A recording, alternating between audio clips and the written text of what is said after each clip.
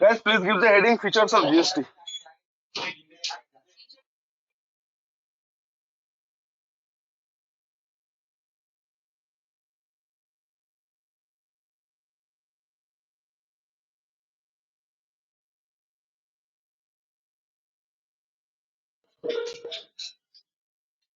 Okay, features of GST.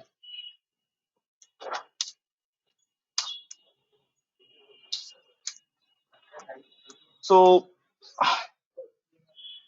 GST is a direct tax or indirect tax. I think we all know. Okay, so GST is an indirect tax, right? Yes or no? Guys, GST को क्यों indirect tax बोलते हैं आप लोग को पता है तो लॉजिक क्या है? Because the incidence of GST and impact of GST fall on different persons. Okay, how uh, normally we are not paying the GST directly to the government. Whenever you are procuring the service, मतलब जब हम लोग service purchase करते हैं या goods purchase करते हैं, तो basically we are paying the GST amount along with the price of the goods or services and paid to the supplier. So supplier will collect the GST from the consumer or recipient, whatever you can say, and then after the end of the month or end of the particular period, supplier will calculate how much their liability, and then he or she will pay to the government. That is the mechanism of GST, and that's why it's called indirect tax. The incidents fall on the supplier, and impact or burden fall on the recipient. A recipient can be anyone. Recipient can be the consumer also. Recipient can be the supplier. I think wholesaler, distributor, whatever. So who will receive the service or who will receive the goods? That person will be treated as a recipient. So the liability, I mean, the burden of the GST fall on the recipient. मतलब GST का जो burden होता है, amount होता है, वो recipient के ऊपर fall होता है. But government को recipient को देना नहीं होता है. Government को pay करते हैं supplier. And today we are going to discuss with that also, because I have a plan in today. Okay, let's introduce the reverse charge mechanism, RCM, the concept of RCM. Okay, that is the unique features of the GST. Not only unique features, actually, service tax, from the service tax era, the concept of reverse charge has been come. But in GST, that has been already derived from the service tax. Service tax में जो reverse charge mechanism था on service के ऊपर, GST में पूरा copy paste ही हुआ है, but little bit changes in दौरान आया है. तो हम लोग को कुछ ऐसे समझना है. एक कॉमन मिथ है, there's a common myth in the market कि whenever we are going to purchase the goods from unregistered dealer, RCM will applicable. It's a very myth. ऐसा कोई बात नहीं है. मैं ऐसे में अक्सर स्टूडेंट को बोलते सुनता हूँ, खास करके टैली क्लास करने के बाद, कि sir we are purchasing goods from unregistered dealer. So is there any reverse charge concept? And the answer is no. Goods के ऊपर रिवर्स चार्ज लगभग है ही नहीं, स्पेशली कुछ स्पेसिफिक चीज को छोड़ के सर्विस के ऊपर है. तो हम लोग ये सब चीज पूरा अच्छे से जानना है, because transportation charges is a very common for the day-to-day life. If whenever you are procuring any goods or you are supplying anything to any other location, so transportation carriage will be there. So transportation service is coming under reverse charge, that is GTA service. So you must understand what is the mechanism out there. So that is our today's discussion topic. So let's start with the features of GST. तो पहला features तो आपको पता ही है, that is GST is an indirect tax. तो I think इसको explain करने का दरकार नहीं है, it's quite simple. काफी बार डिस्कस कर चुके हैं. GST is an indirect tax.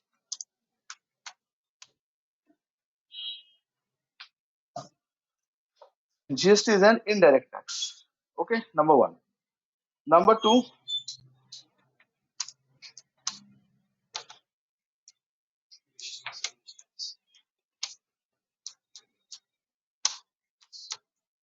GST is destination-based tax.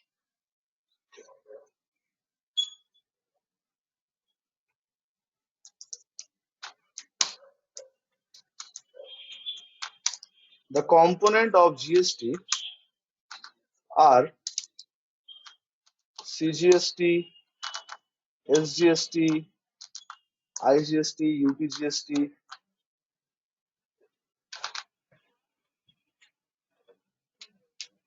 okay, etc.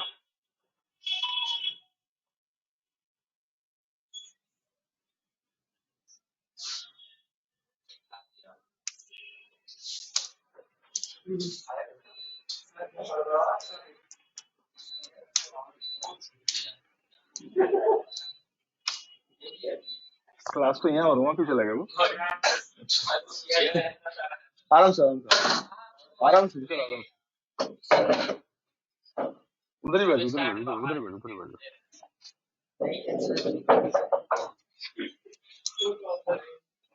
अच्छा, there is a separate provision for the Jammu and Kashmir, you all know. but last year 2019, that law has been removed, and now the Jammu and Kashmir is an integral part of India. I think you all know that. So while the GST has come into the picture, जब GST picture में आया था, तो उस time पे ये confusion था कि जम्मू एंड कश्मीर के ऊपर क्या इम्पैक्ट होगा. तो लॉ में पहले से क्लैरिफाई कर दिया कि it is applicable on Jammu and Kashmir. But there is a problem from their side. They are saying that we are not going to pay the VAT GST. So why, sorry, VAT CST. So why we are going to pay the GST? But it's not a true. From the beginning of the GST era, the GST is applicable on Jammu and Kashmir also. I mean, if you are from Jammu and Kashmir state, so you are able to register under GST also. So nowadays it's been applicable on all. हाँ हाँ, of course of course, अभी तो same law हो गया. वो कौन सा article था जिसको हटा दिया गया था? 375 ना, तो 377.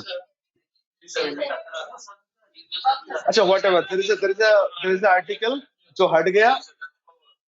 अच्छा, तो अभी कश्मीर इंडिया का पार्ट है ना, इंटीग्रल पार्ट. डन, चलो मान लिया. Okay, next. जिस चीज इंटर इंडिया. अच्छा, इंक्लूडिंग, इसलिए आई am not writing including Jammu and Kashmir. Previously what happened, जब वो आर्टिकल था तो हम लोग को अलग से लिखना पड़ता था कि जम्मू एंड कश्मीर के ऊपर एप्लीकेबल है कि नहीं. ऐसे कॉन्ट्रैक्ट है, वो सबके ऊपर एप्लीकेबल था, but excluding Jammu and Kashmir. But आज अब इंडिया मतलब वो भी इंडिया के अंदर आ ही गया, integral part. There is no separate law for them. Next,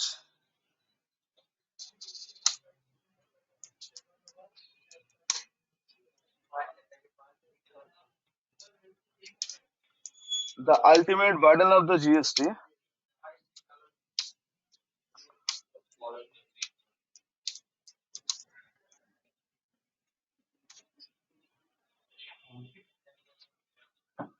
Fall on consumer.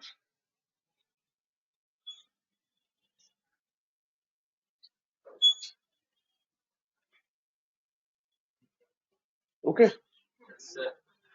Now let's discuss one by one. Okay, what are the features are there and everything. Okay. So there is a rounding of process also. GST shall be rounded off in 1 rupee. Okay.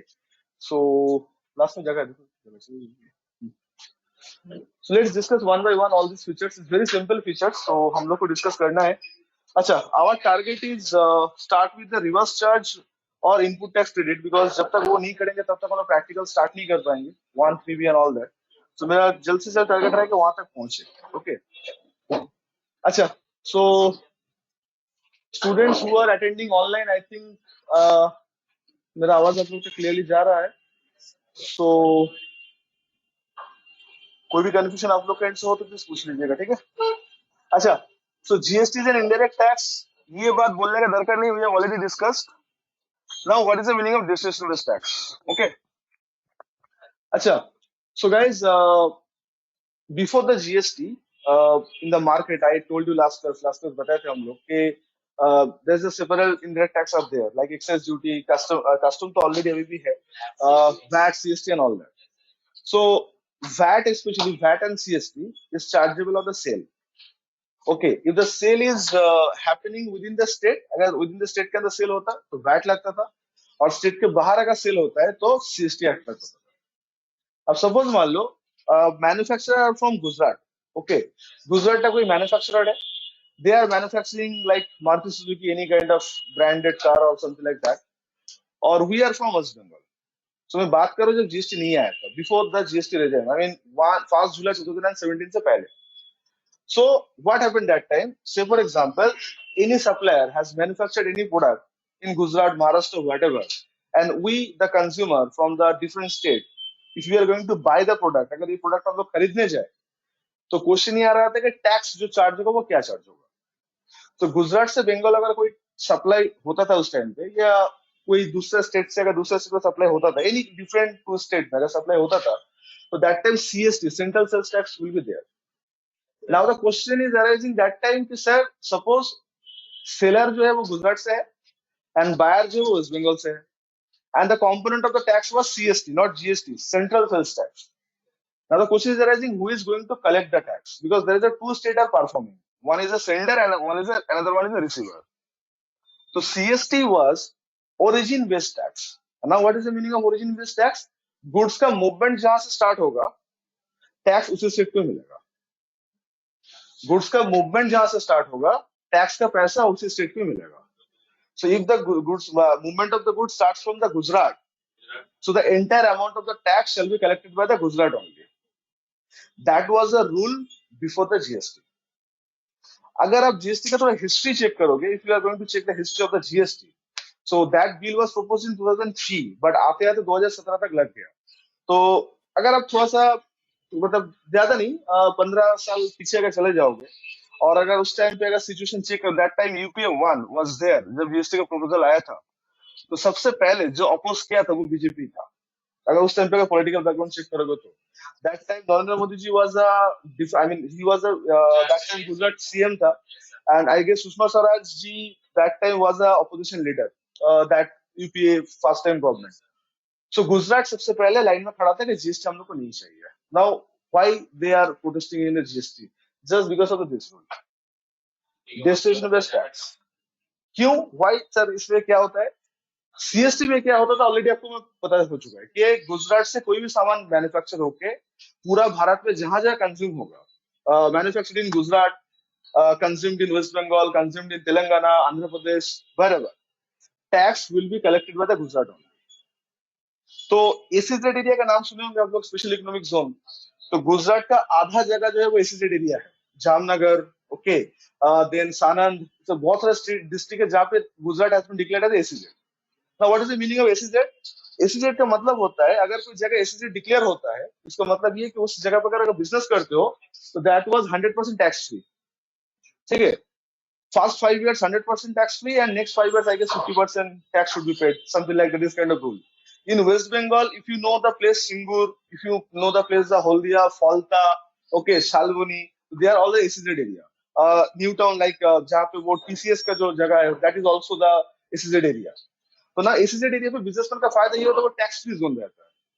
तो गुजरात ने सारा investor को attract किया है tax free zone करके. रिलायंस इधर आ जाए, Maruti Suzuki इधर आ जाए, आप देखना गुजरात में हर एक मैन्युफैक्चर आपको मिल जाएगा, just because that is a SEZ area. SEZ होने में बिजनेसमैन का फायदा यही होता है कि they are not liable to pay tax for the first 5 years entirely, totally exempt रहता है, कोई टैक्स देने की दरकार नहीं है. इससे स्पेशल इकोनॉमिक जोन एरिया 50%, नहीं 10 साल का रहता है. गैस बिजनेसमैन के लिए 5 साल का टैक्स ना देना हो ना, तो उसके लिए बहुत है. रिलायंस का इनकम कितना होता है पर ईयर, कभी चेक करके देखना, उसका 30% भी करोड़ों अरबों में होगा.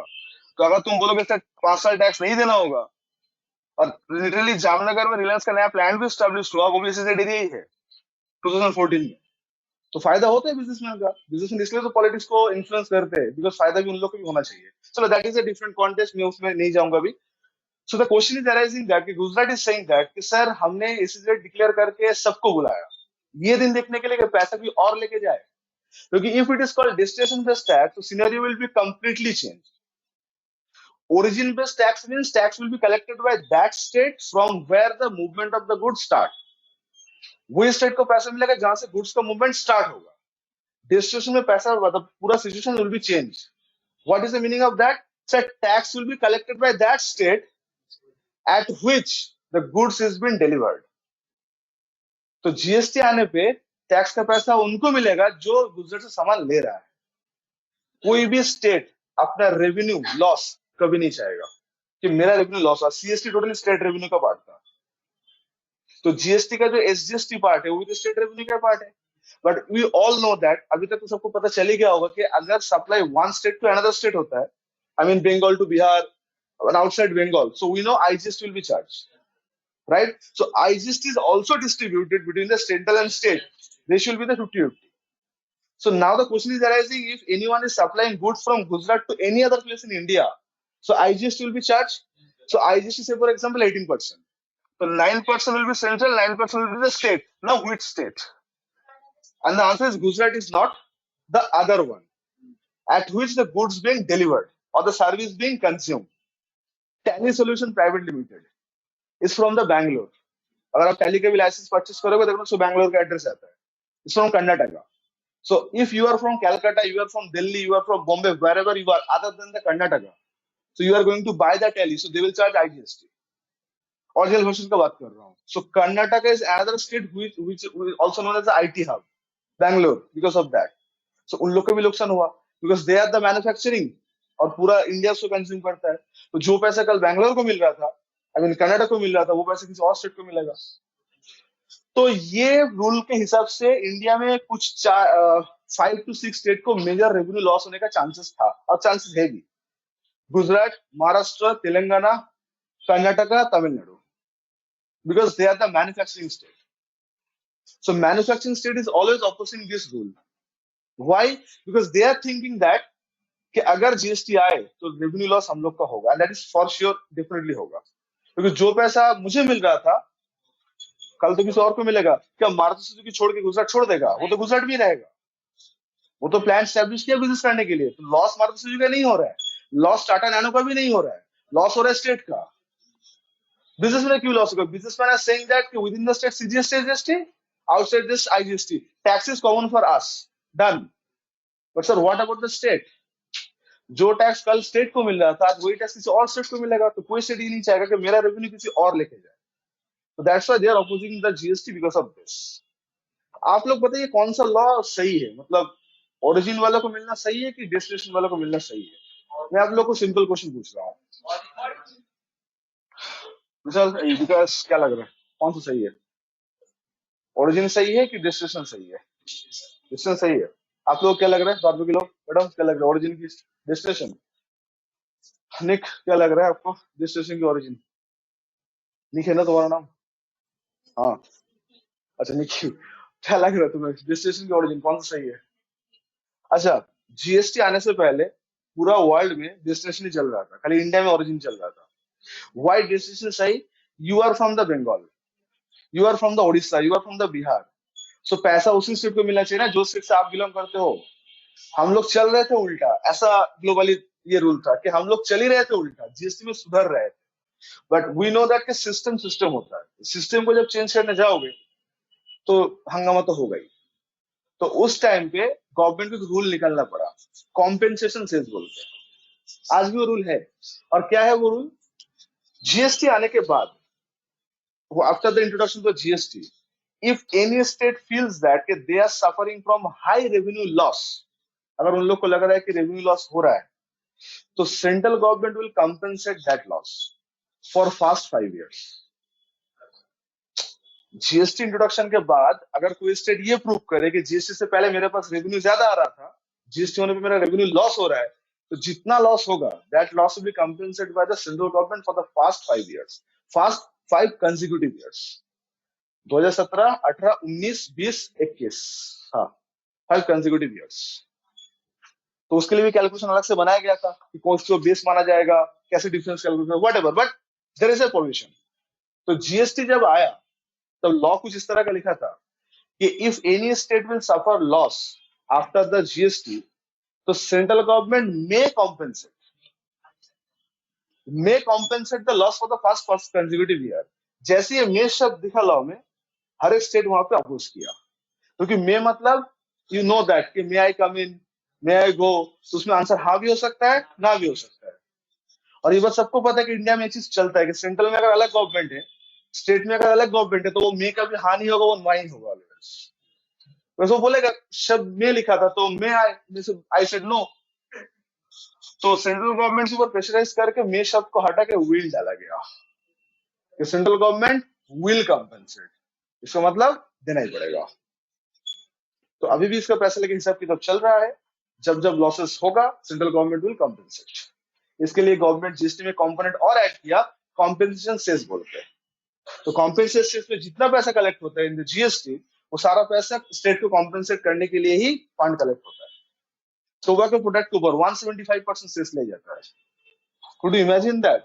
100 रुपीज अगर प्रोडक्ट है तो 28% जीएसटी है, उसके बाद 175% सेस होगा, मतलब प्रोडक्ट से ज्यादा टैक्स ज्यादा हो जा रहा है। ये सेस का पैसा क्यों ले जा रहा है? Because of the compensate this. तो GST is a destination based tax, ये सब का मीनिंग सबको क्लियर हुआ? Why it is called destination? Because tax is collected by which state at which the goods और सर्विस इज बीइंग डिलीवर्ड और consumed. जो state में गुड्स डिलीवर्ड होगा या सर्विस यूज होगा या कंज्यूम होगा, GST shall be collected by that state only. ये रूल से ऑब्वियसली बहुत सारे स्टेट को परेशानी होगा।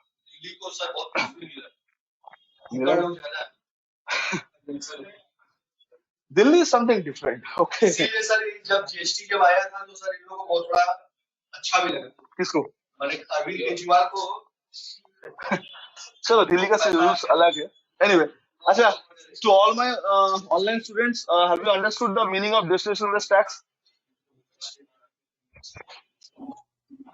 Yes, sir. Sir, Yes. Delhi और and Pondicherry different रहती ना sir, legislative something अच्छा, बोल के वो there is a concept called Delhi. Is it Delhi Union Territory? And the answer is no. Arvind Kejriwal ji किसको रिप्रेजेंट करते हैं? दिल्ली को करते हैं। वो था एक टाइम पे union territory, but right now is not. Delhi पे सीजीएसटी होता है, but state like union territory, Andaman Nicobar, Lakshadweep, they are the Dadar Nagar Haveli, okay, Daman Diu, so they are the union territory. So अगर उसमें आप जाओगे that time SGST के बदले UTGST आ जाता है। Okay Priyanka, that is the scene. So Delhi is normal, okay. okay sir. अच्छा, component of GST I think ये सबको पता है, फिर भी एक बार बोल देता हूँ।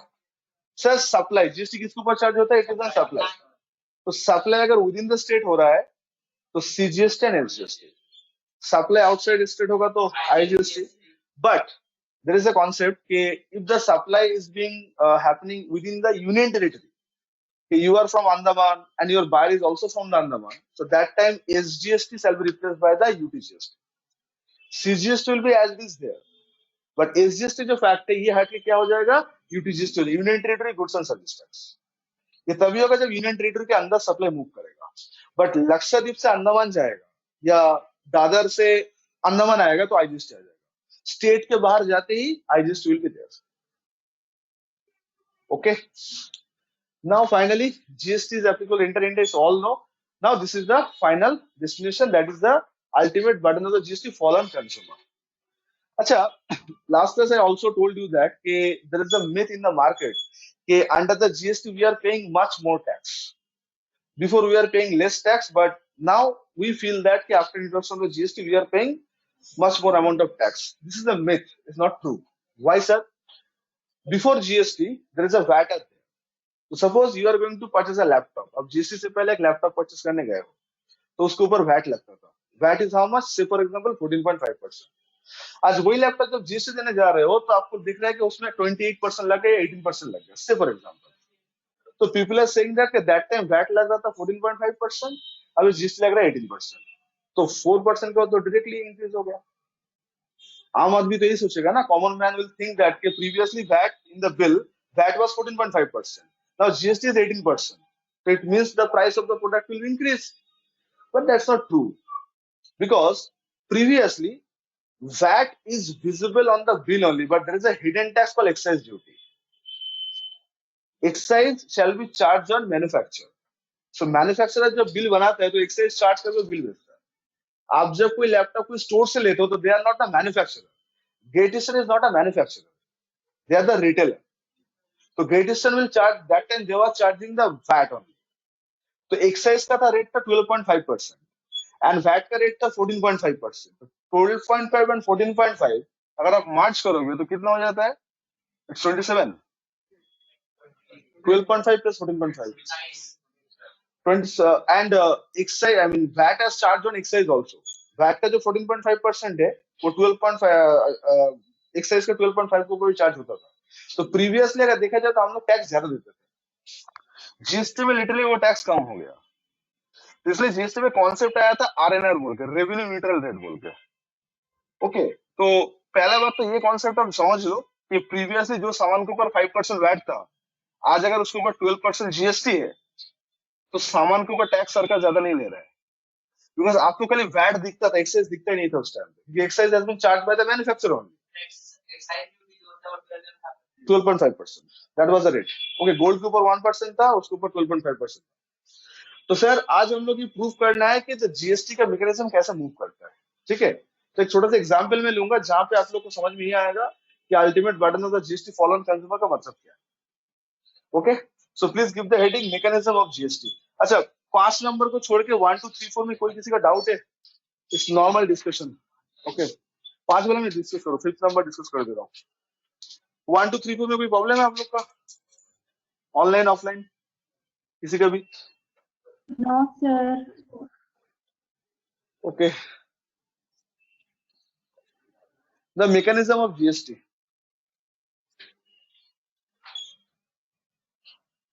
अच्छा, मैकेनिज्म ऑफ जीएसटी के अंदर हम लोग को काफी सारा चीज पढ़ना है। इंडिया में जीएसटी काम कैसे होता है, मतलब how the GST is work in India as a businessman. सुनो ध्यान से, there is a concept called input tax credit. इधर सुनो ध्यान से, आईटीसी। ओके, तो we need to understand this. GST में सारा खेला इसी का है, पता है।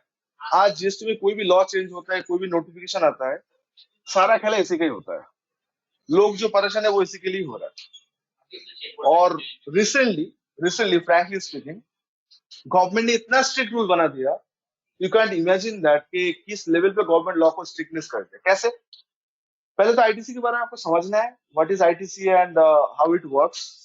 देन आपको इसको क्लेम करने का तरीका सीखना है। ओके, बिजनेसमैन क्या चाहेगा कि उससे टैक्स का पैसा ज्यादा जाए कि कम जाए, कि जो है वही जाए, जो है वही जाए, और जितना हो सकता हम बचा पाए।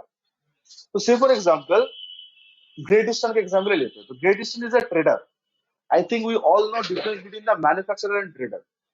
मार्केट में दो तरह का लोग आपको मिलेगा, manufacturer and trader. What is manufacturer? Who will manufacture the goods, produce the goods and sell it to the market. Samsung, जितने सारा ब्रांड ओनर है, they are all the manufacturer. Who is a trader sir? Great Eastern is a trader, Khosla Electronics, Capital Electronics, Raipur, they are not a brand, they are a trader. उनके पास आपको हर एक brand मिलेगा। So let's say take the example of the trader. Okay. So now see, आप लोग एकदम tax से कोई दिमाग मत लगाओ यहाँ पे, think like a common man के क्या होना चाहिए। ओके, तो say for example,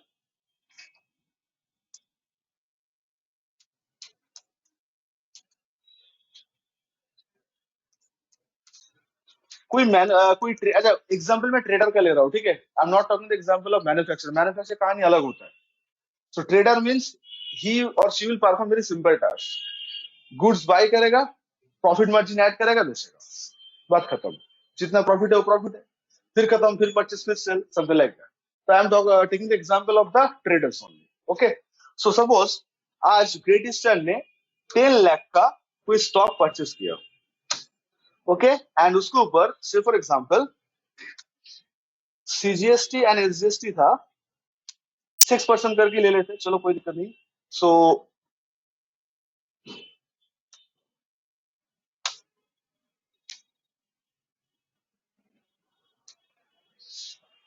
okay, so great eastern वालों को कितना पैसा देना पड़ा? They are paying 11,20,000 to buy this stock. Okay, and ये बात एवरीवन नोज दैट, सबको पता है कि whenever they are going to sell this product into the market, so they will add their profit margin, 5%, 10%, 20%, whatever, they will add the profit margin and sell it to the market. तो let's take कि great eastern 10% margin लेता है। Guys, सबको margin का मतलब पता है ना, आपका जो प्रॉफिट मार्जिन जो होगा, जितना परसेंट प्रॉफिट आप अर्न करोगे। सो 10 लाख आपका दाम है, इसके ऊपर 10% तो 1 लाख, तो 11 लाख में स्टॉक सोल्ड आउट हो रहा है, ठीक है। Say for example at the time of cell,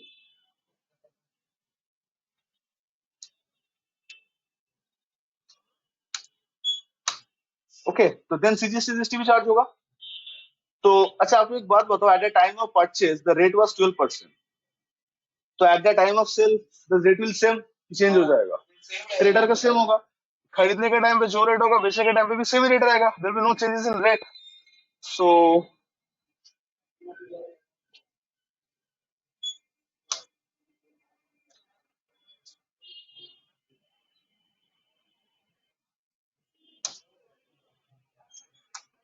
done.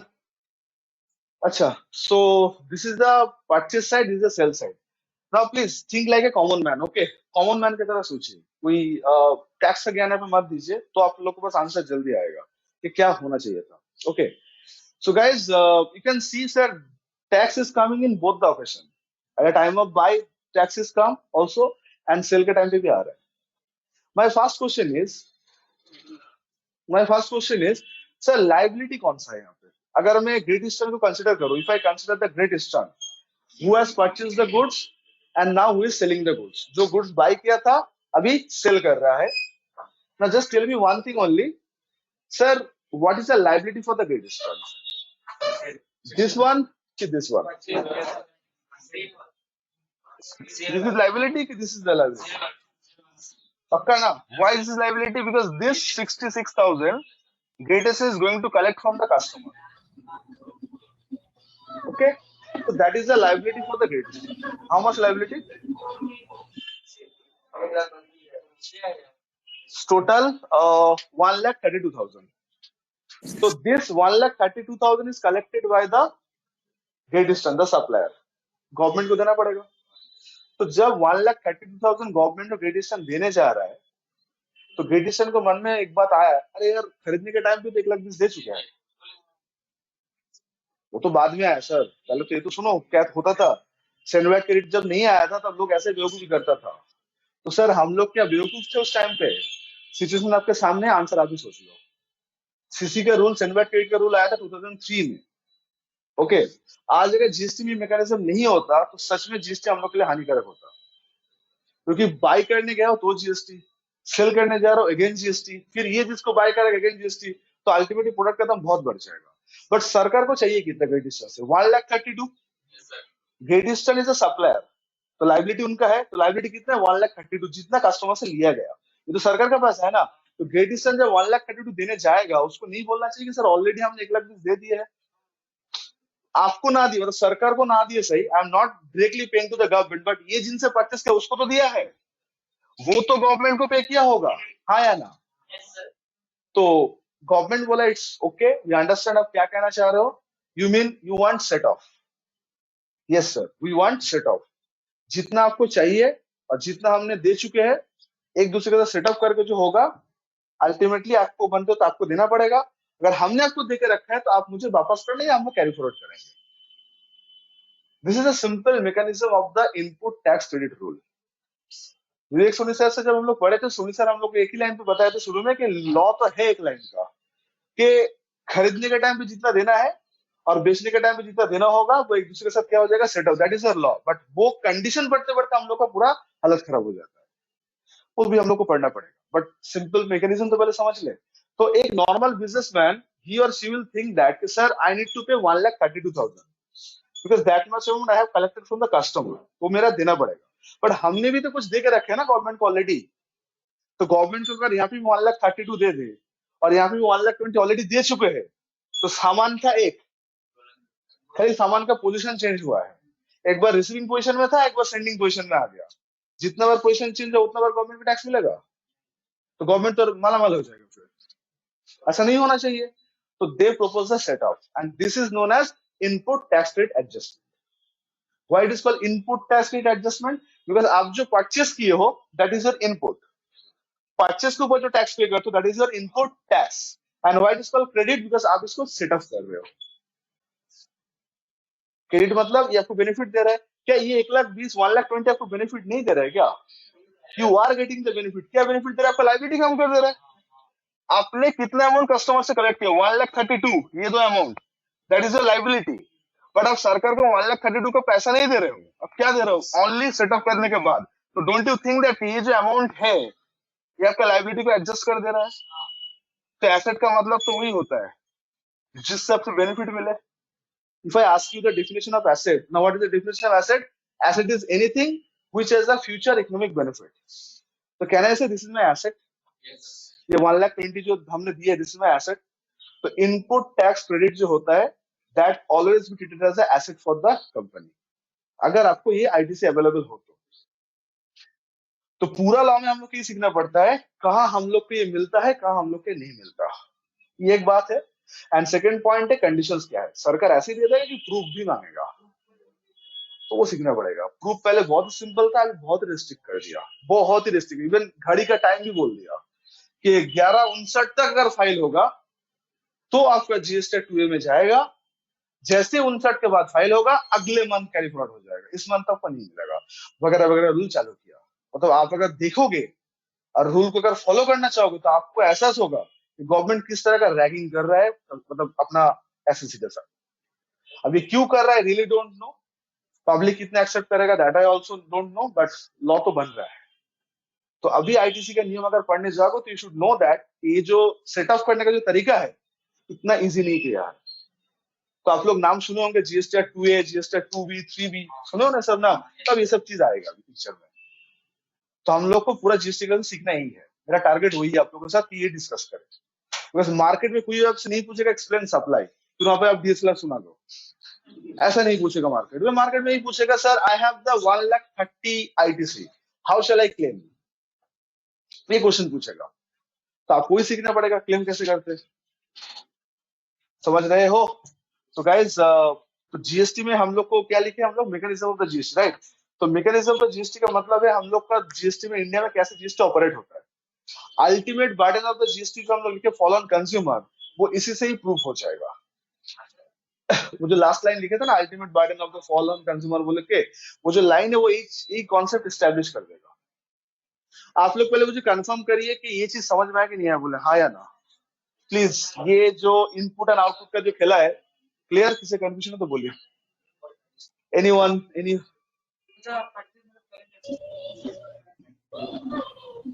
अभी तो देना होगा ना आपको, पिछले करंट सेशन में देते। Yes, from my online batch, anyone?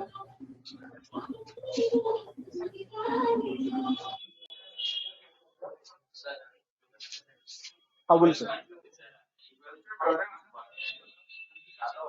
हाँ हाँ,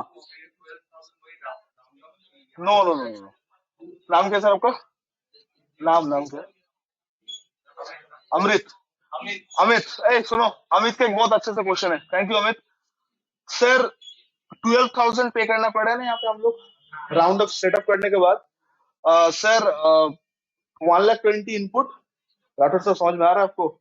1,20,000 इनपुट एंड 1,32,000 आउटपुट, सेटअप करोगे तो कितना बचेगा? 12,000। ना Amit is saying that sir 12,000 source कहाँ है? सोर्स क्या पता है? प्रॉफिट है। हम लोग 1 लाख का प्रॉफिट ऐड किए ना यहाँ पर। इनपुट था कितना सर? 10 लाख का, बेच रहे हो कितने में? 11 लाख में, तो 1 लाख क्या है सर आपका? उसके ऊपर 12% कितना होता है? वही 12,000 आपका फिर आया। इसमें वैल्यू एडिशन पे टैक्स हो रहा है। जीएसटी वैलिडेट नहीं है, वैट वैलिडेट टैक्स था, बट जीएसटी उस मैकेनिज्म को फॉलो कर रहा है, ठीक है? ए जीएसटी वैलिडेट टैक्स है, वैट वैलिडेट टैक्स है, जीएसटी उसको फॉलो कर रहा है, ठीक है? तो गैस तो हमें यहाँ पे 1 लाख का जो डिफरेंस उसी का देखो 12% करके 12,000 है। तो जितना वैल्यूएशन आप करोगे उसको वो जो लाइबिलिटी होगा वही इतना आपको देना पड़ेगा। आप अगर 10 लाख का सामान 10 लाख ही बेच देते तो ये लाइबिलिटी भी जीरो, तो टैक्स तो सेम है ना। सर व्हाट इफ अगर पूरा स्टॉक ना बिके तो आपको देना ही नहीं पड़ेगा। आपने मान लो सर मैंने 10 लाख का स्टॉक खरीदा, ओनली 8 लाख का बिक गया, तो आपका एक्सेस क्रेडिट होगा, उसको हम लोग एक्सेस क्रेडिट बोलते हैं, वो कैरी फॉरवर्ड होता है। ये सब चीज हम लोग को सीखना पड़ेगा, और हम लोग ये सब सीखेंगे with real document, real data. उससे पहले आप लोग मैकेनिज्म को अच्छे से समझो। इसमें कोई भी किसी का डाउट है तो please feel free to ask, because ये चीज बहुत अच्छे से ग्रिप में लो। मेरे मानो कि अगर आपको जीएसटी में कल ये सीखना हो गया ना तो आपका जीएसटी सक्सेसफुल है। 12,000 डिफरेंस होगा, 6,000 सीजीएसटी, 6,000 एसजीएसटी आएगा तो 12,000, ठीक है? अच्छा, आप थोड़ा अकाउंटिंग एंट्री में आए।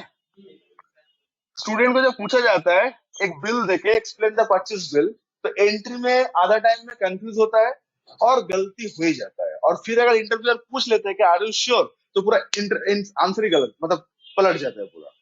तो आप लोग को विद फुल कॉन्फिडेंस एंट्री को डील करना है, ठीक है? ध्यान से पहले सुनो, कभी भूलोगे नहीं। बात हो रहा है अकाउंटिंग एंट्री का, ये तो आपका फिगर है जो परचेस आप किए हो, ये आपका सेल्स का अमाउंट है। बट अकाउंट्स में क्या होता है, ऐसा रिकॉर्ड होता है कि एंट्रीज होता है, एंट्रीज होना पड़ता है। तो एंट्री मतलब वही पुराना डेबिट क्रेडिट वाला ख्याल आएगा। Now the question is sir कैसे जस्ट लॉजिक जस्टिफाइड होगा? तो प्लीज बी केयरफुल सर। हम लोग का जो परचेस है वो इनपुट क्यों है समझ में आया ना? क्योंकि sir time of purchase you are receiving something, तो दैट्स व्हाई इट्स इनपुट। और सेल्स के टाइम पे आपका स्टॉक खाली हो रहा है तो ये होता है आउटपुट। तो परचेस में जो भी आप कंपोनेंट यूज करोगे that should B input component, और सेल्स कोई कंपोनेंट क्या हो जाता है? आउटपुट। तो मेरा रिक्वेस्ट आप सब लोग से है कि जब भी आप कोई टैली हो या कोई भी सॉफ्टवेयर में, whenever you are going to maintain the record, so please maintain input and output. इससे क्या होता है, आपका हिसाब इजी हो जाता है।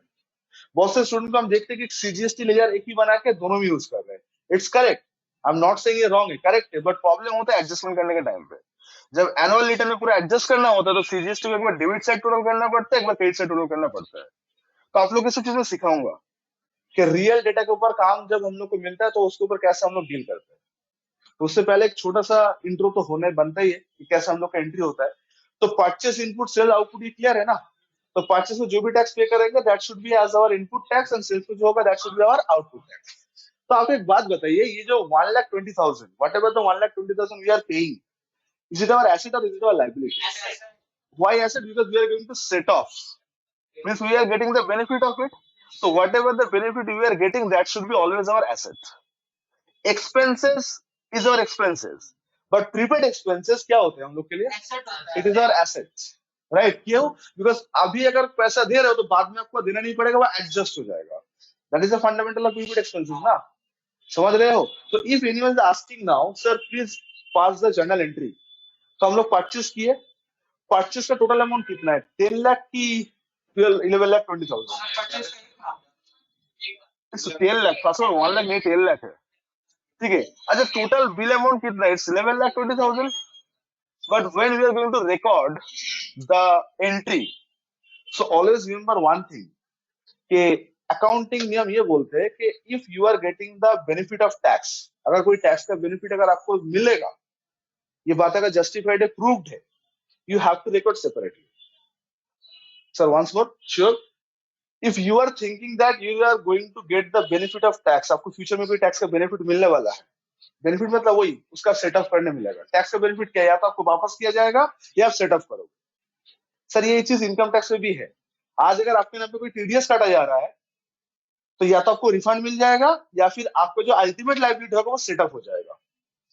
टीडीएस सुने हो ना? तो सपोज मान लो थ्रू आउट देयर आपके नाम पे टीडीएस जमा होते गए, आपके नाम पे पूरा साल में मान लो 1 लाख का टीडीएस जमा हो, ये एक तरह का टैक्स ही हुआ, और आप पूरा साल एंड होने के बाद देख रहे हो आपका लाइबिलिटी उतना हुआ ही नहीं था, तो जितना टीडीएस जमा हो गया एक्सेस, वो गवर्नमेंट आपको तुरंत रिफंड कर देगा। और इस बार इनकम टैक्स डिपार्टमेंट बहुत अच्छा चीजें किया है। आई नो ऐसा क्यों किया, देर हुआ शायद इसलिए किया। पहले क्या होता था, रिटर्न फाइल करने का एटलीस्ट 1 मंथ वेट करना पड़ता था असेसमेंट ऑर्डर का। इस बार जितने लोग ड्यू डेट के टाइम पे फॉर्म फिलअप कर दिया, 3 दिन के अंदर असेसमेंट खत्म। बात पता है विकास तुम्हें? 3 दिन के अंदर असेसमेंट खत्म, मतलब आज रिटर्न फाइल सबमिट किया हो, 3 दिन के अंदर असेसमेंट खत्म, रिफंड है तो रिफंड भी आ जाएगा आपका। इतना रैपिडली काम किया। अब होता है कभी कभार गवर्नमेंट अपना कुछ चेंज कर लेता है, तो किया इस बार, अच्छे किया, अच्छा लगा इस बार।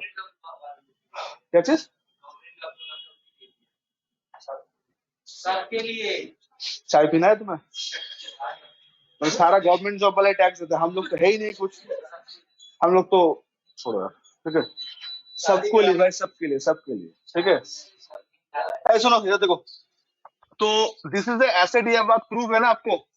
तो जो चीज एसेट होता है आपके लिए, मतलब जिसका बेनिफिट आपको फ्यूचर में पास ऑन होगा, तो अकाउंट्स बोलते हैं उसको सेपरेटली शो करो। तो एसेट हम लोग के लिए डेबिट की क्रेडिट होता है, ऑलवेज डेबिट होता है ना। तो ऑलवेज याद रखना, जब भी आप परचेस का एंट्री करोगे विद जीएसटी, तो परचेस अकाउंट डेबिट करोगे, एंड जितना सारा टैक्स कंपोनेंट आएगा लाइन से सबको डेबिट करना, प्रोवाइडेड आपको वो टैक्स मिलेगा बेनिफिट। तो सीजीएसटी मत लिखना, मैं रिक्वेस्ट करूंगा इनपुट बोल के लिखना। इससे क्या होता है, आपको ढूंढने में इजी रहता है। आप लिखो, मतलब सीजीएसटी लिखो, मैं मना नहीं करूंगा, बट ये लिखने से क्या होता है, टैली पे जब लेजर मेंटेन करोगे ना, if you want to check the input balance, तो इनपुट लेजर का नाम से पूरा आ जाएगा। और खाली सीजीएसटी करोगे तो आपको डेबिट क्रेडिट सेग्रीगेट करना पड़ेगा, बिकॉज सीजीएसटी डेबिट भी हो रहा है, सीजीएसटी क्रेडिट भी हो रहा है। तो tally will show the net figure, debit कितना हुआ, क्रेडिट कितना, नेट आपको शो करेगा लेजर का बैलेंस। अगर आप ऐसे मेंटेन करोगे तो आपको टोटल फिगर ही वो शो करेगा। ये थोड़ा सा टेक्निकल इश्यूज है, that's why I am saying, okay. And credit purchase होगा तो वेंडर आ जाएगा, कैश परचेस होगा तो तू बैंक हो जाएगा, तो तू वेंडर कर दिया। तो जब भी जीएसटी देके कोई परचेस आए sir, this will be your entry. Logic clear हो? आज हम लोग क्यों सीजीएसटी को डेबिट करते हैं, because we are going to set off such GST. हम लोग इसलिए डेबिट किया इसको, बिकॉज हम लोग को सेट ऑफ करने का मौका मिलेगा। और जो चीज सेट ऑफ होता है वो हम लोग के लिए क्या होता है, एसेट होता है, और एसेट डेबिट होता है। आपको समझ में आया सर ये वाला पार्ट? कंफ्यूजन है तो बोलिए, बोलो। वेंडर तो मुझे जिससे परचेस कर रहे हैं ना, लाइक क्रेडिटर्स, संडे क्रेडिटर्स तो लाइबिलिटी होता है ना, हम लोग इससे उसमें कर दें। और अगर कैश परचेस करते तो बैंक हो जाता। सर बोलो क्या कंफ्यूजन है? पक्का? अच्छा, सेल्स में ये हम लोग का एसेट की लाइबिलिटी है, sir it will be liability. तो गोल्डन रूल मॉडर्न रूल क्या बोलता है, लाइबिलिटी विल बी क्रेडिटेड। तो सेल्स का एंट्री पर इसका रिवर्स होगा। ओके, तो अगर क्रेडिट सेल हुआ तो कस्टमर आ जाएगा, कैश सेल हुआ तो बैंक अकाउंट आ जाएगा। तो यहाँ पे मैं लिख दे रहा हूँ customer account debit, credit sale मान के चलते, मतलब नाम आ जाएगा कस्टमर का। अच्छा, सेल तो इनकम है ना हम लोग का, तो इनकम डेबिट की क्रेडिट होता है। तो सेल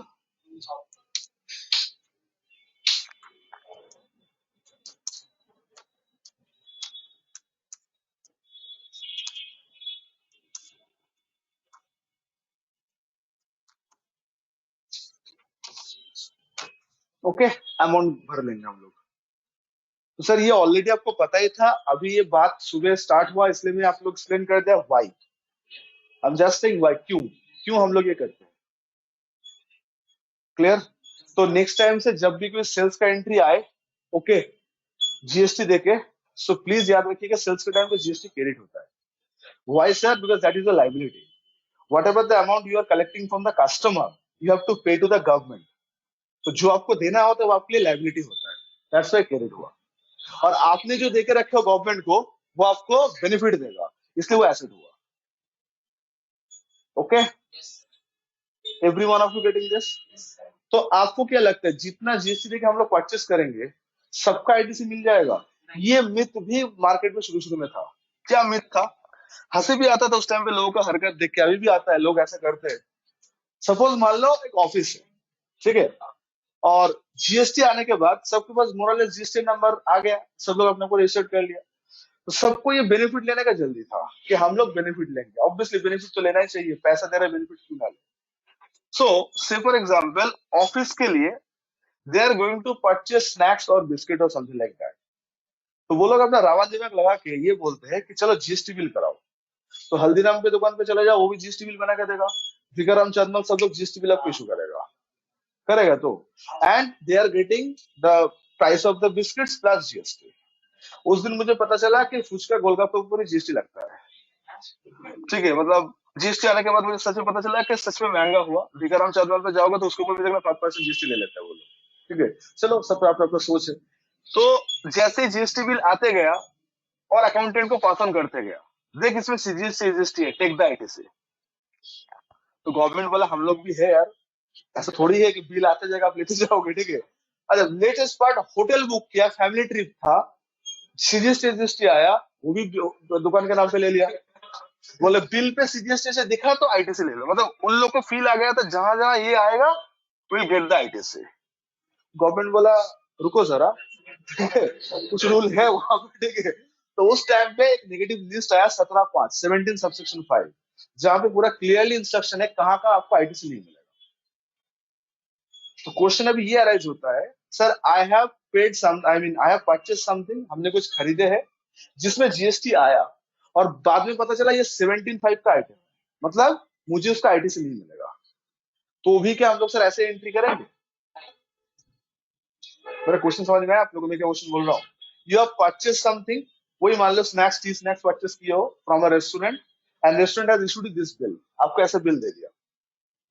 आपको बिल देख के मन किया कि ऐसे एंट्री करें, बट आपको 17 सबसेक्शन 5 भी पता था और उसमें साफ साफ लिखा है कि this will not eligible for the ITC, आपको इसका आईटीसी नहीं मिलेगा। तो अगर आपको पता है कि इनपुट टैक्स का बेनिफिट आपको नहीं मिलने वाला है, तब भी क्या आप लोग ऐसे एंट्री पास करोगे? That is the question.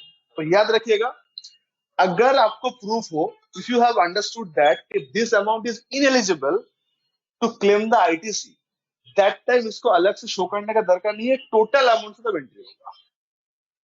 क्योंकि पैसा आपका जेब से गया तो उसका तो एंट्री होना चाहिए। You have purchase something with GST.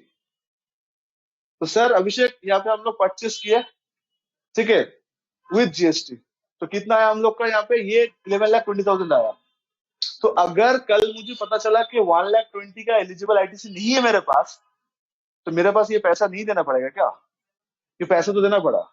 तो that time I will book the entire amount, this 11,20,000। तो कहने का मतलब बहुत ही सिंपल है, अगर आपको सीजीएसटी, एसजीएसटी, आईजीएसटी के इनपुट नहीं मिलता है, वो परचेस के साथ ऐड हो जाएगा एंड टोटल हम उसको एक्सपेंसेस मान लेंगे। ठीक है। अच्छा इस एंट्री में बोलो तो एक्सपेंसेस कितना है? क्या परचेस, ये तीनों एक्सपेंसेस के लिए ओनली परचेस एक्सपेंसेस है? If you go through the accounting logic तो एक्सपेंसेस कौन सा है? परचेस की तीनों ही, ओनली परचेस।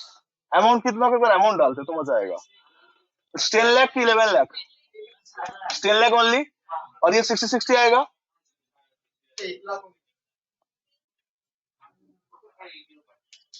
कर दे रहे,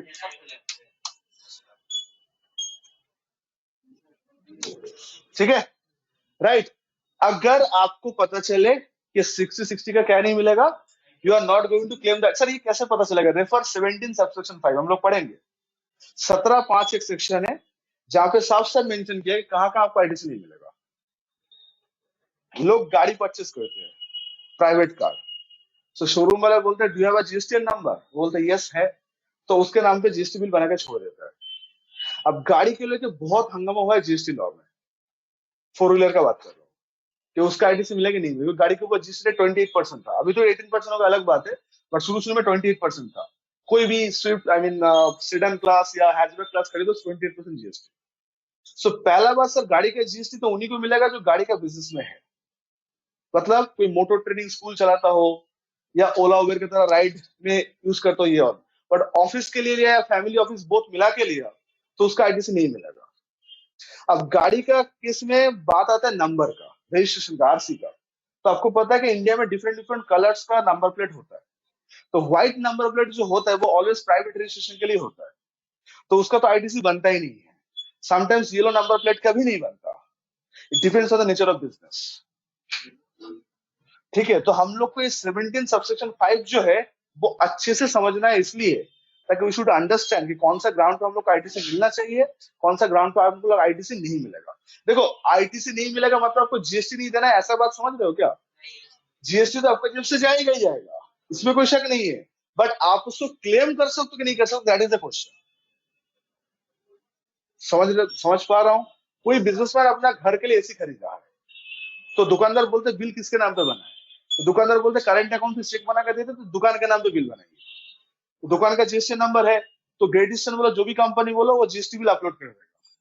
तो क्या इसका आईटीसी आपको मिलना चाहिए? तो वो सब क्वेश्चन हम लोग को समझना है। तो आईटीसी अगर नहीं मिलेगा, आप ये मत सोचो कि 1,20,000 आपको नहीं देना पड़ेगा, वो तो देना ही पड़ेगा, लेकिन if the ITC is there तो एंट्री इस तरीके से होगा। अगर आईटीसी नहीं मिलेगा तो क्या कर देंगे हम लोग, टोटल 11,20,000 से ही हम लोग एंट्री कर देंगे। Is that clear? एक्सपेंसेस तो पूरा एंट्री रिकॉर्ड कर लेंगे, एक्सपेंसेस कर लेंगे पूरा। মানে যে প্রোডাক্ট আমি সেল করেছি যত ক্ষেত্রে ওই প্রোডাক্টের মধ্যে কিছু ভ্যালু যদি মানে রিটার্ন হয়, সেল রিটার্ন तो लाइबिलिटी भी रिवर्स हो जाएगा आपका। एक क्वेश्चन है कि सर मान लीजिए हम लोग सेल किए, कस्टमर को पसंद नहीं आया, लौटा दिया, तो आपका लाइबिलिटी भी रिवर्सल होगा। क्रेडिट नोट जब इशू करते हो लाइबिलिटी रिवर्स होता है सर। ওটা ধরো মানে আমি কোনো ফার্স্ট এপ্রিলে করলাম, व्हाटएवर कोई भी 6 मंथ 7 मंथ 1 साल, रिटर्न का तो पॉलिसी होता है। फास्ट अप्रैल में सेल करोगे तो 10 तारीख तक तो आपका रिटर्न पॉलिसी होता है, 1 साल बाद रिटर्न करोगे आप ले लोगे। बोले ऐसा कहाँ मिलता है दुकान, 1 साल तक कोई रिटर्न देता है तो ठीक है। वारंटी गारंटी सब उससे सब इंक्लूड है, हम लोग करेंगे उसका वो सोल्यूशन करेंगे, ठीक है। अच्छा एनीवे गाइस, तो ये कहानी पूरा समझ में आया आप लोग का। अच्छा सेल के टाइम पे तो कोई चेंजेस नहीं है, सेल के तो आपका लाइबिलिटी है, इसमें तो आईटीसी वाईटीसी कोई सवाल नहीं है। तो सर ये हम लोग का पूरा कहानी है। तो आप लोग इसके बाद जब भी कोई परचेज बिल आए, ये तो चलो एक प्रोफार्मा हम लोग दिए, नेक्स्ट ईयर में आप लोग को रियल परचेज बिल ही दे दूंगा। मतलब बिल जो आप लोग का एक मिथ होता है, सर कितने लोग का ऐसा ख्याल है कि सर सीए फॉर्म ज्वाइन करना है, वो हाथ उठाओ एक बार। जो लोग चाहते हैं कि सीए फॉर्म ज्वाइन करना है, बस के लिए 2-3 जन, बाद में के लोग को क्या करना है? तुम पहले नींद पूरा कर लो, ठीक है, अच्छे से, ठीक है। यस, बाद में के लोग का क्या ख्याल है, तो क्या ज्वाइन करना है, तो पूछ रहा हूँ ओवरऑल, इसलिए सीए फॉर्म ज्वाइन करने का ख्याल नहीं है। अच्छा उतर गया, अच्छा। सुनो, लोग बोलते सर काम सीखना है। अच्छा चलो क्वेश्चन चेंज कर लेते हो, काम सीखना कितने लोग को है? तो थोड़ा हाथ ज्यादा उठा, ठीक है, थैंक यू सो मच। तो मैं आप लोग को शायद वही नेक्स्ट क्लास मतलब नेक्स्ट वीक, अच्छा आप लोग का नेक्स्ट क्लास कब होगा, एक बिग क्वेश्चन है। सैटरडे मतलब 1 फरवरी या 2 फरवरी शायद होगा, क्योंकि सैटरडे जो आ रहा है 23 जनवरी है, उसके बाद जो आएगा वो 26 है, ठीक है, 28 को एग्जाम है, 29, 30, 31 होगा कि सर 27, 30 जनवरी हम लोग का नेक्स्ट क्लास होगा। 30 जनवरी will be the next class. Saturday morning हम लोग करेंगे।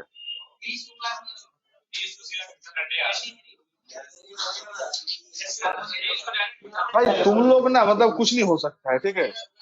23 जनवरी है वो, किसी का हैप्पी बर्थडे है, शाहरुख खान का नहीं, सुभाष जी का हैप्पी बर्थडे है। कौन था भाई, कौन था सुभाष चंद्र, कौन था, कौन था, क्या किए थे वो, पबजी खेले थे इंडिया के लिए, कौन था। ये हिस्ट्री का मतलब छोड़ दो, कुछ नहीं हो सकता। हाँ।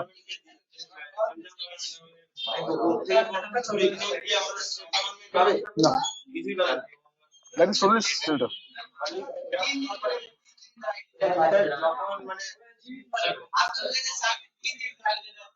तो साल में 3 दिन ड्राइड है, 3 दिन ही छुट्टी रहेगा, छुट्टी नहीं हो सकता है क्या। तो ऐसे कैसे ड्राइड का क्या कनेक्शन है। तो तुम तो अलग लेवल पर डिस्कशन कर रहे हो यार एकदम पूरा। 23 जनवरी आईसी is a holiday. First time देख रहे कोई बैच को छुट्टी से इतना ऐतराज है, बाप रे बाप, ठीक है। 26 रिपब्लिक डे, वैसे उस दिन क्या हुआ था, आजादी मिला था हम लोग को 26 जनवरी को। क्या हुआ था उस दिन, थैंक यू, याद है तुम्हें, नहीं बोला कि इंडिपेंडेंट हुए, ठीक है। अच्छा 28 को एग्जाम है, ठीक है, तो हम लोग सीधा 30 को जाकर मिलेंगे। 30 जनवरी, तो online students 30 January will be the Saturday, मतलब कमिंग सैटरडे, नेक्स्ट सैटरडे। तो इतना नेक्स्ट सैटरडे बोलो, कमिंग सैटरडे नहीं बोल रहा, मुझे बोलो तो मुझे पूरा बोलने दो। अच्छा तो will be meet on Saturday 30 January. तो उससे पहले आज का लास्ट टॉपिक में फटाफट पढ़ लेते हैं, फिर बोल दीजिए भूल जाऊंगा, आप लोग आ जाओगे तो दिक्कत हो जाएगा, ठीक है। अच्छा हेडिंग करो, forward charge mechanism and reverse charge mechanism. हाँ forward charge FCM and RCM, please give the heading FCM and RCM. तो आज थोड़ा सा 10-15 मिनट ज्यादा पढ़ लेते हैं, ठीक है। एफसीएम एंड आरसीएम,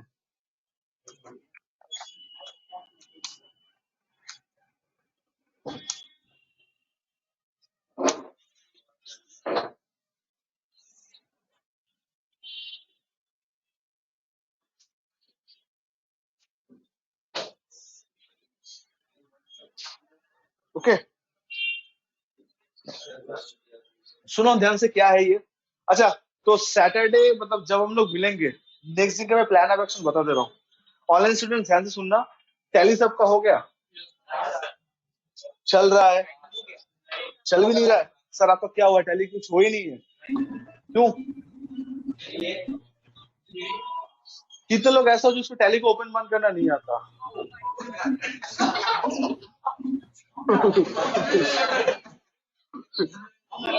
ओपन बंद करना आता है तो how to open, how to close, बाकी हम संभाल लेंगे, सिखा लेंगे। अच्छा सुनो, सैटरडे क्लास का टॉपिक क्या रहेगा, सुनो ध्यान से। आप लोग को 1 मंथ का पूरा सेल बिल, परचेस बिल दे दूंगा, ठीक है। ऑब्वियसली पहले सिखा दूंगा कैसे करना है। तो आप लोग, ये कौन सा मंथ है, it is the month of January, तो जनवरी मंथ का पूरा 1 मंथ का sale bill, purchase bill I will forward to you. जनवरी का ड्यू डेट होता है फरवरी का 24 तारीख, ठीक है। इस मंथ का ड्यू डेट अगले मंथ का 24 रहता है, 3 वीक का। तो 20 तारीख होता है जिन लोगों का 5 करोड़ से ऊपर टर्नओवर होता है, और कैटेगरी बी स्टेट जो होता है उनका 5 करोड़ से नीचे होने से 24 तारीख होता है। कौन बोला था भाई 5 तारीख 20 तारीख, सही बोले थे, बट थोड़ा सा उसमें क्लासिफिकेशन है। तो छोटा मोटा बिजनेस के लिए 24 तारीख होता है, ठीक है। तो मेरा यही ख्याल रहता है, हर क्लास में यही चीज फॉलो करता हूँ कि आप लोग मार्केट के साथ चलो, कि whenever you'll get a job, पहले बोलो कि आप लोग के मन में क्या इमेजिनेशन है कि when you will go to the office तो आप लोग पर फूल बरसाया जाएगा, स्वैग से स्वागत किया जाएगा। क्या क्या मतलब इमेजिनेशन क्या है आप लोग, पहले बोलो। कॉफी वॉफी रेडी रहेगा एकदम पूरा, जाके कॉफी पियोगे, सेल्फी लोगे, देन काम स्टार्ट करोगे, ऐसा कुछ होगा। ऐसा कोई मिथ नहीं है, तो ऐसा कुछ भी नहीं होता सर, कुछ अलग माहौल रहता है, ठीक है। तो पहले बात है प्रेशर हैंडल करना, ठीक है। प्रेशर हैंडल मतलब क्लासरूम में अगर मैं आपको 10 तो बिल देता तो आप लोग आराम से इत्मीनान से एंट्री करोगे, सर ठीक है कर रहे हैं, व्हाट्सअप कर रहे हैं, बात कर रहे हैं। ऑफिस में जब जाओगे ना 10 बिल का एंट्री आधा घंटे के अंदर करना होगा, नहीं तो हम जो ऑफिस में आए थे, बोलो तो मुझे बोलो ना, ठीक है। अच्छा, तो पहले बात तो टाइम मैनेजमेंट करना सीखना है, ठीक है। तो मेरे पास ऐसा बहुत सारा क्लाइंट का बिल है जिसमें एक एक बिल में 40-50 का खाली आइटम है जो आपको बनाना है। तो आपको उस दिन समझ में आएगा पेशेंस उसको बोलते हैं। एक जगह बैठे कोई बिल का अगर एंट्री करने जाओगे तो पेशेंस लेवल चेक हो जाएगा, आप लोग 1 घंटा विदाउट फोन कितना दूर तक रह सकते हो। ये एक टेस्ट है। दूसरा बात है टाइम, डेफिनेटली कि मैं आपको पूरा टाइम फ्रेम दे दूंगा, इसके घंटे के अंदर आपको एंट्री करना है, कि पूरा दिन ले लो, नथिंग लाइक दैट, तो कोई मतलब ही नहीं बनता उस प्रैक्टिस का। सेल परचेस जैसी हो जाएगा, आई will forward the bank statement, जो नेक्स्ट स्टेप होता है। बिहार से पहले इसी पेमेंट एंट्री तो करेंगे, कितना पार्टी से आया नहीं आया ऑल दैट। उसके बाद जीएसटी में एक नया कॉन्सेप्ट है मैचिंग बोल के, कि जितना सारा परचेस बिल आपके पास आया उतना सारा परचेस बिल आपके नाम पे अपलोड हुआ कि नहीं हुआ। Believe me, trust me, that is the real essence of the practical life. ये अगर माशाल्लाह सीख जाते हो, wherever you are in India, अगर इंडियन कल्चर में अगर अकाउंट्स करना है, आपको सिमिलर टास्क मिलेगा। फर्क खाली कोई बिल्स का नंबर पे होगा। क्लासरूम में इसलिए मैं 10-10 बिल का कोई प्रोजेक्ट दे दूंगा, अगर प्रैक्टिकल होगा तो हो सकता है 100 बिल का है, it depends on the client, but task will remain same. तो वो 1 मंथ का पूरा कहानी रहेगा। अब उसी के चलते हम लोग 3 फाइल करेंगे, उसी के चलते 1 फाइल करेंगे, and debit note, credit note, जितना सिचुएशन अराइज होता है सब कुछ होगा। मतलब उस 1 मंथ में you will be getting the total experience of the market. Believe me, मैं कोई इमेजिनेशन से बिल नहीं दूंगा। ऐसे किताब की तरह शैम्पू का बोतल, केक, ओके, जूता चप्पल, ये सब कुछ नहीं दूंगा। जो देंगे वो पूरा अच्छे, मतलब देखे हम टैली की किताब में कि 50 क्वांटिटी ऑफ शैम्पू का बोतल and all that, nothing like that. जो रियल टाइम में बिल दिखता है वही बिल का कॉपी में डिटो आपको दे दूंगा, जिसमें हर एक कैरेक्टर ओरिजिनल है। अब ये प्रैक्टिस करने के बाद अगर आप बोलते हो कि नहीं सर हमने तो काम तो किए बाकी प्रैक्टिकली नहीं किए, तो बेटर लक नेक्स्ट लाइफ, ठीक है। खाली डिफरेंस वही है कि ये क्लासरूम में कर रहे हो और वो ऑफिस में करना पड़ेगा, काम विल रिमेन सेम। मेरा क्लास करने का पैटर्न यही है, होता है पहले 2-3 क्लास बेसिक का पढ़ाना होता है, then move on to the market. अब उससे एग्जाम का दूर दूर कोई रिलेशन नहीं है। कभी मत पूछना एग्जाम में क्या आएगा, और मुझे भी नहीं पता, और मुझे वो सब कंसर्न है भी नहीं, बिकॉज मेरा ऑलवेज टारगेट रहता है कि आप लोग कुछ 2-2.5 महीने में ऐसा कुछ सीखो ताकि आपका बेड़ा पर हो जाए, कहीं पे भी, सीए फॉर्म हो, अकाउंटिंग फॉर्म हो, वेर एवर यू आर। तो प्लान ऑफ एक्शन रेडी है। तो टैली में आप लोगों के लिए अगर ओपन बंद करना आता है, बाकी मैं समझ लूंगा करना कैसे होता है। उस दिन आपको पता चलेगा कि बिल का एंट्री आप क्या सीखे और मार्केट में क्या एक्सपेक्ट होता है, ठीक है। तो इससे आपका 2 चीज होगा, एक तो आपका एंट्री तो आएगा, दूसरा चीज है आपका वो डिसिप्लिन एंड वो जो डेडिकेशन है वो थोड़ा सा इंक्रीज होगा। क्योंकि आप लोग आज तक टैली क्लास में जितना भी एंट्री किए होंगे 5-6 मैक्सिमम, जब एक bill pay 50 different different product होगा और उसको आपको बनाना पड़ेगा, नॉट ओनली बनाना पड़ेगा, that time you have to match, कि bill total has to match with the invoice. उस दिन आपको पता चलेगा कि लोग परेशान क्यों रहते हैं, दोस्त क्यों जॉब ज्वाइन करने के बाद टाइम देना भूल जाता है। उस दिन उसके ऊपर आपको सिंपैथी आएगा कि वो सही था, बिकॉज उसमें दरकार पड़ता है टाइम। तो आई होप कि आप लोग का प्लान पूरा क्लियर है। तो क्या हर सुबह के हम लोग यही करेंगे? हाँ, नया नया चीज एंड डिस्कशन पूरा Jain and Feb month. Jain तो चलो खैर हो ही गया, पूरा entire February month plan set है। किसी को ऐतराज है? तो क्या हम लोग लॉ नहीं पढ़ेंगे? हाँ, उसी के रिलेटेड लॉ पढ़ेंगे। उसी में तो आईटीसी का पूरा कहानी आएगा, 2A 2B कैसे होता है, रेड मार्क को कैसे येलो कर, I mean green blue colour में कन्वर्ट करते हैं। अभी रिसेंटली जीएसटी 1 जीएसटी 3 भी पूरा कोरिलेटेड ऑटोमेटिक हो गया। तो आपको सारा प्रैक्टिकल एसेंस मिल जाएगा। अगर आपके मन में 1% 2% इच्छा है जीएसटी करने का, तब आंख बंद करके जो मैं बोलूंगा सुनते जाना, बाकी अपने आप होता जाएगा। तुम्हारा कितना परसेंटेज है? हाँ, तो अच्छा बात है, हम ऑलवेज लीस्ट परसेंटेज लेके चलते हैं, ठीक है। चलिए, तो फाइनली आज चलते हैं। तो आई थिंक आप लोग का जीएसटी सीखने का भी यही मकसद था कि लॉ सीखना था, क्या था कि काम सीखना था। देखो 1.5 महीने में तो लॉ तो मैं नहीं सिखा सकता, आप लोग का लॉ सीख के करोगे क्या? आप लोग को जॉली बनना है, तो उसके लिए भी तो डिग्री होना चाहिए, तब जाके केस बेस मूव करोगे। तो जो मार्केट में वही करना है आप लोग को, तो that will be the market. And आपको मैन्युफैक्चरिंग चाहिए तो मैं मैन्युफैक्चरिंग सिखा दूंगा, ट्रेडर चाहिए तो trader, service service, everything I have. आप खाली मन बनाने लगा मुझे सीखना है, बाकी I take care of it. अगर फील ना आए कि सही सर ये बहुत ही कम वाला सप्लाई दे रहा, थोड़ा करोड़ों वाला दो, वो भी है मेरे पास। ठीक है, 100 करोड़ तक ही है मेरे पास एक क्लाइंट है जिसका टोटल एनुअल टर्नओवर ही 100 करोड़। तो लास्ट ये लॉकडाउन पे मिला था उस क्लाइंट के साथ 3 साल चेस करने के बाद। तो आप कल ही बोलो मुझे सीखना है, तो 1.5-2 महीना जब साथ साथ रहोगे इतना तो मैं आपको कर दूंगा, पोर्टल का पूरा चैंपियन आप बन जाओगे कि पोर्टल संभालते कैसे है और दूसरे सब काम को हैंडल कैसे करते। बट आप लोग से केवल एक ही चीज चाहिए, वो है आप लोग का डेडिकेशन। पे काम सीखना है। ये उस टाइम पे ये स्टूडेंट वाला दिमाग मत लगाना, सर ये तो एग्जाम में पूछेगा नहीं, क्यों पढ़ेंगे। प्लीज, ये कोई डिग्री कोर्स नहीं है, इसको सिंपल बात है, सब लोग कर लेंगे। वेट करो स्टार्टिंग। अच्छा, इसको फटाफट कर लेते चलो। क्या चीज, अब दिक्कत तो होगा ही, ठीक है। बट टैली ओपन बंद करना आता है तो लेजर वेजर बना लेते हो तो बात बन जाएगा। अच्छा लिखो, नंबर 1 लिख लो, जीएसटी इज पेड बाय। चलो इसको थोड़ा शुरू करते हैं, बिकॉज आरसीएम उसमें है तो करना पड़ेगा। ऑनलाइन स्टूडेंट्स, मेरा प्लान ऑफ एक्शन क्लियर हो आप लोग को कि हम लोग करने के वाले। प्लीज आप लोग मेरे साथ नहीं हो, सामने नहीं हो, तो प्लीज मैं उम्मीद करूंगा कि आप लोग भी वर्चुअल मोड में कोऑपरेट करोगे। Okay, they are from Hyderabad. Yes, sir. अच्छा, GST is paid by the GST is paid by the supplier. GST is paid by the supplier and borne by the Yes. recipient. Guys, मैं dictate कर रहा हूँ कुछ चीज, आप लिख लो please. GST is paid by the supplier and borne by the recipient. BORNE, ये बात ऑलरेडी पता है आप लोग को। सरकार को जीएसटी कौन देता है? सप्लायर, जो बेचेगा। इसके तो जीएसटी दे रहा था ना, तो उसके लिए कौन दे रहा था? जो बेच रहा था। बट जेब से पैसे किसका जा रहा था? कंज्यूमर का। तो बॉन्ड मतलब बर्डन, तो बर्डन कंज्यूमर के ऊपर है और इंसिडेंस उसके ऊपर है। सिद्धार्थ क्लियर है ये वाला पार्ट? तुम्हारा नाम सिद्धार्थ है तो पक्का? अच्छा, दिस इज कॉल्ड, कॉमा देके लिख लो, this is called forward charge mechanism.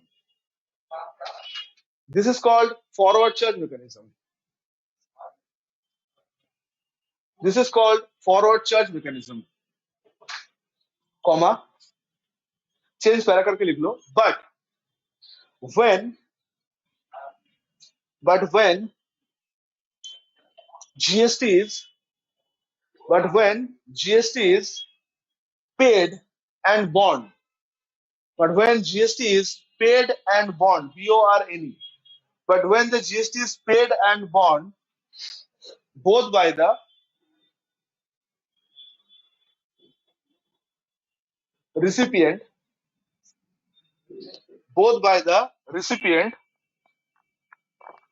then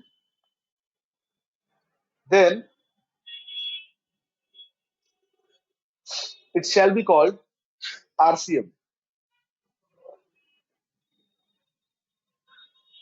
समझना होगा RCM वो लोग को, रिवर्स चार्ज मैकेनिज्म। ठीक है, तो इसको हम इंट्रो कर दिया आज। नेक्स्ट क्लास हम लोग को समझना पड़ेगा सरकार ने रूल लेके क्यों आया। सरकार तो बिजनेस अच्छा जा रहा था, यहाँ पे पूरा पास ऑफ पलट, मतलब सिचुएशन पूरा चेंज हो गया। समझ में आया आप लोग को? Situation has been change. अभी सप्लायर दे रहा था, अभी पूरा कहानी रिसिपिएंट के ऊपर आ गया। भयंकर बड़ा सिचुएशन होता है। मतलब आप परचेज भी कर रहे हो, आप ही सरकार को टैक्स दे रहे हो, तो ऐसा कब होगा? उसको एडजस्ट कैसे कर रहे हैं, वगैरह वगैरह। ठीक है, तो हम लोग इससे स्टार्ट करेंगे। तो बॉयज एंड गर्ल्स, एक बात आप बोलो कि हम लोग का प्लान ऑफ एक्शन क्लियर है एकदम पूरा।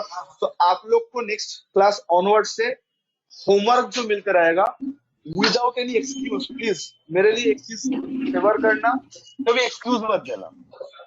मन नहीं किया, फोन खो गया, आई मीन फोन चल नहीं रहा था, सर टाइम नहीं मिला, ये वाला बात मत बोलना। ऑफिस में हम लोग के सब बोलना अलाउड नहीं होता।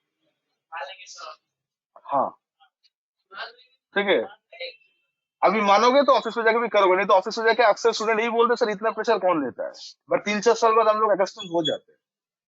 ऑफिस का अलग नियम होता है, वहां पे आप छुट्टी में हो फिर भी काम करना पड़ता है। अभी जब इनकम टैक्स ऑडिट चला था तो हर एक चार्टर्ड मतलब सीए लोग खुद बैठ के 10, 11, 12 बजे तक काम किया। क्यों किया? पैसे के लिए? वो तो सर सब पार्ट है सर, कमिटमेंट नाम का चीज होता है। क्लाइंट आपके ऊपर भरोसा करता है, यू शुड परफॉर्म। बोलो